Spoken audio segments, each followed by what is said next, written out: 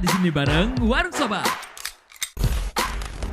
Hampir setiap orang menginginkan untuk dapat hidup enak seperti para miliarder. Namun tidak semua miliarder juga terlalu berfoya-foya menikmati kekayaan mereka. Ada juga yang ingin hidup sederhana sehingga bisa menikmati hidup mereka tanpa beban. Kali ini Ane suguhin orang kaya yang hidup dengan kesederhanaan. Sebelum nonton, buat yang belum berlangganan silakan klik tombol subscribe dan aktifkan loncengnya ya sob, biar sobat dapat pemberitahuan video-video baru dari channel ini. Let's go!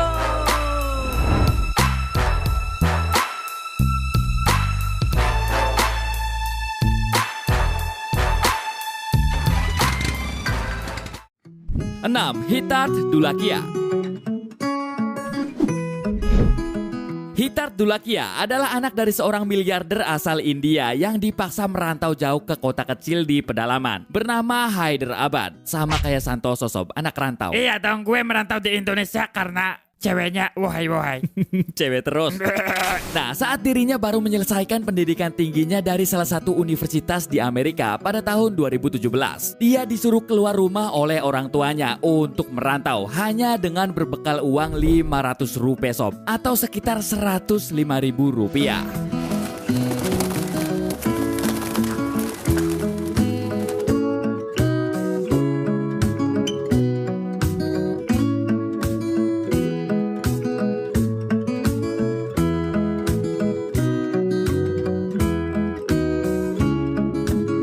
Saat itu Hittard sempat bingung dan ragu dengan perintah ayahnya. Tapi dia bertekad bahwa dia mampu melewati semua itu. Tidak hanya berbekal uang yang ala kadarnya, dia juga tidak diperbolehkan membawa HP, tidak boleh memanfaatkan nama keluarganya, dan juga tidak diberikan tempat tinggal. Akhirnya dia pun melakukan berbagai pekerjaan termasuk bekerja di restoran dan beberapa pekerjaan kasar lainnya. Pekerjaan halus ada nggak Bam? Banyak, contohnya tuh di gedung DPR. Ya, kirain pegang yang halus-halus. Hal itu dilakukan ayahnya agar Hittard dapat merasakan penderitaan dan kesengsaraan orang miskin, sehingga nanti anaknya lebih menghargai manusia daripada uang. Dan benar saja sob, setelah menguji anaknya selama 1 tahun, cara ini memang ampuh membuat Hittard menjadi pengusaha yang hebat. Bahkan perusahaannya memenangkan sebuah penghargaan bergengsi di negaranya. Dan ternyata semua saudaranya, kakaknya pernah mengalami hal ini sob. Ini baru orang tua yang mantap. Is one of my favorite, my chosen supplier. They have amazing collection of diamonds, right from 30 cents up till 15 carat, D-color to cake. બોલો રાધે રાધે. જોતો હોય તો વડીલોની જે સેવા કરશો એનથી વધારે પુણ્ય તમને ક્યાંય નહીં મળે. એ અમને અને અહીંયાના શ્રવણોને બધાને. 5. Karl Rabeder.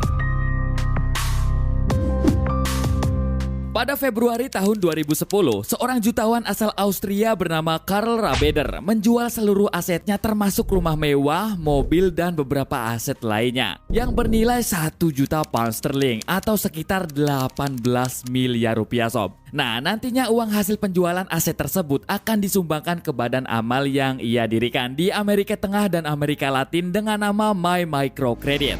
A view like this over the Tyrol Alps is out of his villa near Innsbruck and 8 projects. One of them organizes microloans for young farmers in Nicaragua who then also receive an education. In Peru, which provide children with free bread. A lot of parents don't send their children to school because they can't afford the school uniform. Hal itu dia lakukan karena menurutnya ketika dia banyak uang, hidupnya tidak bahagia sob. Terasa hampa seolah jiwanya tidak ada di raganya, seperti Santoso tanpa betina. Yang kerumas bro. Dia menyadari hal tersebut ketika dirinya berlibur ke Hawaii bersama istrinya dan menghamburkan begitu banyak uang sob. Kemudian dia tersentuh ketika melihat kehidupan warga kurang mampu yang begitu kesusahan, bahkan hanya sekedar untuk makan sehari-hari. Dia pun berpikir bahwa kekayaannya dan kemiskinan mereka memiliki keterkaitan satu sama lain. Nah, oleh karena itulah dia menjual semua asetnya sob dan mendirikan sebuah badan amal dengan tujuan untuk membantu masyarakat kurang mampu. Sekarang dia hidup tenang dan damai di sebuah rumah kayu di daerah wilayah pegunungan Innsbruck, Austria. Yes, lottery ticket buyers come by to see if Karl Rabeder is hoping to raise as much money as possible for his projects. But one thing's for sure, someone else will be enjoying this view soon. Marcel Navaux. Hidup sederhana dan pekerja keras membuat Marcel Navaux memiliki berhektar-hektar tanah di pegunungan Alpen Prancis. Memiliki kekayaan yang bisa dibilang besar tidak membuat Marcel jumawa alias sombong. Dia hanya tinggal di sebuah rumah kecil tanpa listrik dan juga air sob. Dan juga berbagi kekayaannya itu dengan teman-teman dan keluarganya dengan membuat sebuah penginapan tanpa mengambil uang sewa sepeser pun. En la fecha nos trasladamos hasta los Alpes franceses. Él vivía en una pequeña cabina de madera, sin agua corriente, mayormente la familia y amigos en los que confiaba. Saat istrinya sudah tiada atau tepatnya saat Pak Marcel berusia 68 tahun, datanglah seorang perempuan bernama Sandrine yang berniat untuk membeli salah satu tanah milik Pak Marcel. Tapi Pak Marcel menolak dengan tegas. Namun Sandrine pun mengajak Pak Marcel untuk makan malam. Dan anehnya sob, mereka saling jatuh cinta satu sama lain. Besoknya mereka memutuskan untuk tinggal bersama. Dan Pak Marcel terlihat sangat bahagia sob. Hingga 1 tahun kemudian mereka memutuskan untuk menikah di balai kota Pays Saint-Pierre. Mereka tampak serasi saat itu sob. Bahkan Pak Marcel yang biasanya sederhana saat itu tampil begitu elegan. Kayak gue coy. Elegan dan bersinar. Apanya? Auranya bersinar terang. Oke, bagus. Tapi para warga yang mengenal Pak Marcel dengan baik menaruh curiga terhadap Sandrine yang dianggap hanya seorang mata duitan. Hal itu diperkuat ketika Pak Marcel, Sandrine dan 2 temannya terlibat sebuah kecelakaan. Dan yang meninggal hanya Pak Marcel saja sob. Setelah meninggalnya Pak Marcel, Sandrine mengumumkan bahwa dia pewaris tunggal Pak Marcel. Namun teman Pak Marcel membawa surat wasiat Pak Marcel yang sudah direvisi hingga Sandrine membawa masalah ini ke pengadilan. Hingga pada tahun 2016, pengadilan memutuskan bahwa warisan yang ditandatangani oleh Pak Marcel itu adalah asli sob. Dan warisan Pak Marcel akhirnya dilimpahkan ke keluarga dan teman-temannya. Oke, hal yang bisa saya simpulkan adalah bahwa film Indosiar itu ternyata aslinya ada sob. Él vivía en una pequeña cabina de madera, sin agua corriente, mayormente la familia y amigos en los que confiaba. 3. Yu Yushen. Kali ini dari Cina sob. Seorang pekerja sanitasi bangunan bernama Yu Yushen yang memiliki 17 properti senilai 1,5 juta USD atau senilai 21 miliar rupiah. Dia rela bangun jam 3 pagi setiap hari kecuali hari Minggu sob untuk menyapu jalan dan memunguti sampah di sekitar lingkungannya. Dia akan berkeliling sambil membawa sepeda yang memiliki kantong sampah di belakangnya. Both two sides of the roads must be kept clean. Family to build a 3-story private house in their village. Yu says the reason why she works so hard is because she wants to set a good example to her children. Yu's children are all... Hal itu dilakukan oleh nenek Yu sejak 1998 hingga berita itu dipublish pada tahun 2013. Bayangin sob, 15 tahun dia menyapu jalan dan mengutin sampah. Padahal dia itu orang kaya. Ini harus dicontoh. Gue juga sama Bam, 15 tahun gue mengutin cewek, gue biasa aja tuh. Nah, yang ini jangan pernah dicontoh. Nenek Yu mengatakan bahwa dia melakukan itu sebagai contoh yang baik untuk anak-anaknya agar tidak terlalu terlena dengan semua hal yang mereka miliki. Bahkan dia juga akan memberikan seluruh asetnya ke pemerintah jika anak-anaknya tidak terus bekerja keras. Karena menurut Nenek Yu kemalasan memunculkan segala macam kebiasaan buruk.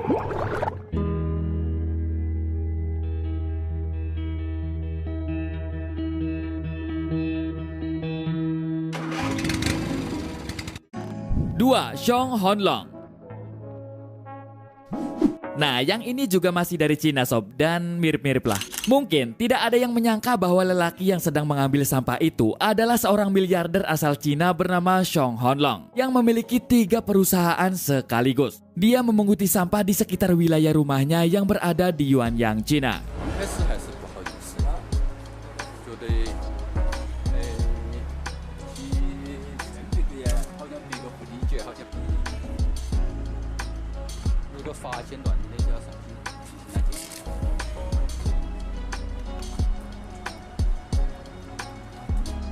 Semua ini berawal pada tahun 2015. Saat itu, sekolah tempat putrinya belajar mengadakan kegiatan orang tua dan anak. Jadi kayak kegiatan agar orang tua dan anaknya dapat saling berinteraksi sob. Karena kan biasanya orang tua sibuk kerja dan lain-lain. Jadi anak-anak tidak terpantau.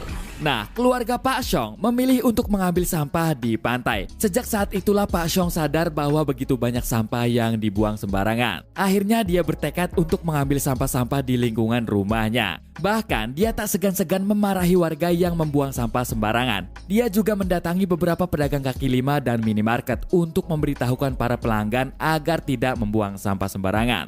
Dan pada tahun 2016 dia mendapatkan penghargaan sebagai Best People in China atau orang terbaik di Cina sob. 这3年过程当中，说实话，特别是刚开始1年多2年，压力特别的大。在这个过程当中，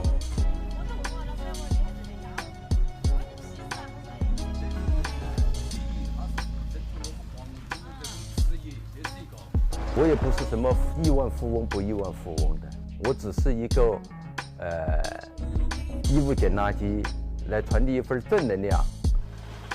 媒体它的标题也好。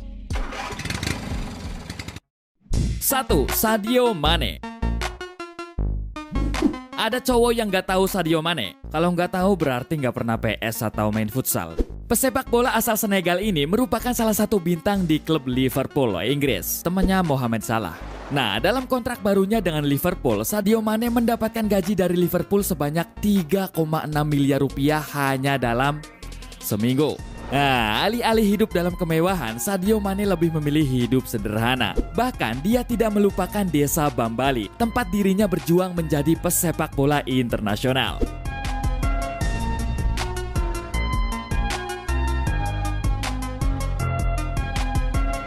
Tidak hanya itu sob, dia juga mendirikan sebuah sekolah, rumah sakit, dan masjid di desa asalnya itu. Bahkan dia memberikan bantuan 1,2 juta rupiah setiap keluarga yang ada di sana. Dan juga menyumbangkan perlengkapan sepak bola untuk anak-anak kurang mampu agar tidak seperti dirinya saat kecil, yang hanya memakai sepatu robek untuk bermain sepak bola. Sosok Sadio Mane merupakan sosok pahlawan bagi seluruh masyarakat Senegal, terutama warga di desa Bambali. Dan yang lebih bikin salut lagi sob, dia terfoto membawa sebuah iPhone 7 yang kelihatannya sudah retak. Untung bukan hatinya yang retak. Itu malu. Ya enggak lah, enggak salah.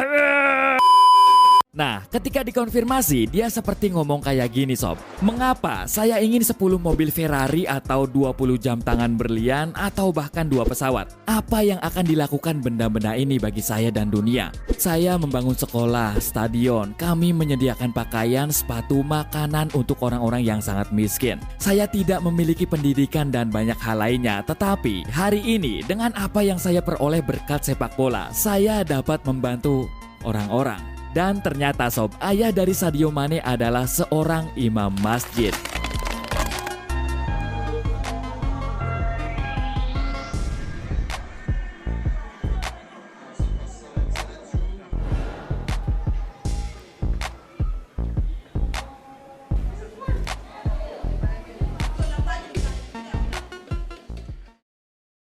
Nah, gimana sob? Itulah orang kaya yang hidup dengan kesederhanaan versi Warung Sobat. Biar saya lebih semangat, silakan share video ini ke media sosial kalian. Bye-bye.